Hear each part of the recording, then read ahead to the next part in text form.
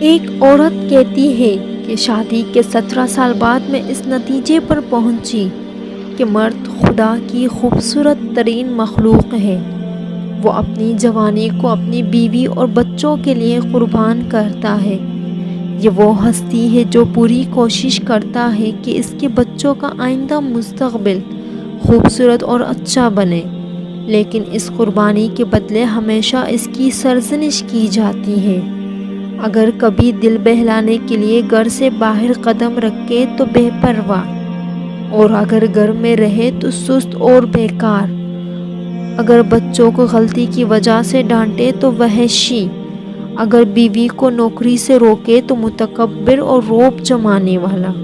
اگر ماں سے دل جوئی کرے تو ماں کا لاڈلا، اور اگر بیوی سے پیاری باتیں کرے تو بیوی کا مرید۔ اس کے باوجود مرد دنیا کی وہ ہستی ہے جو اپنے بچوں کو ہر اعتبار سے خود سے بہتر دیکھنا چاہتا ہے۔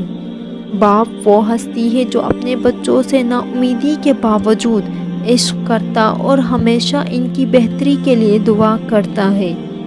باپ وہ ہستی ہے جو اپنے بچوں کی اذیتوں کو برداشت کرتا ہے، جب وہ اس کے قدموں پر قدم رکھ کر کھیلتے ہیں، اور جب بڑے ہو جاتے ہیں تو باپ کے دل پر قدم رکھتے ہیں۔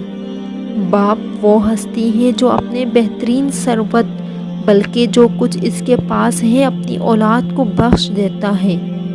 اگر ایک ماں اولاد کو 9 مہینے کوکھ میں پالتی ہے تو باپ بھی اولاد کو پوری زندگی اپنے فکر و دماغ میں لیے پھرتا ہے۔ دنیا اچھی اور خوبصورت ہے جب تک گھر کا سربراہ سالم ہے۔ Sonia Khan Yousafzai, publish news.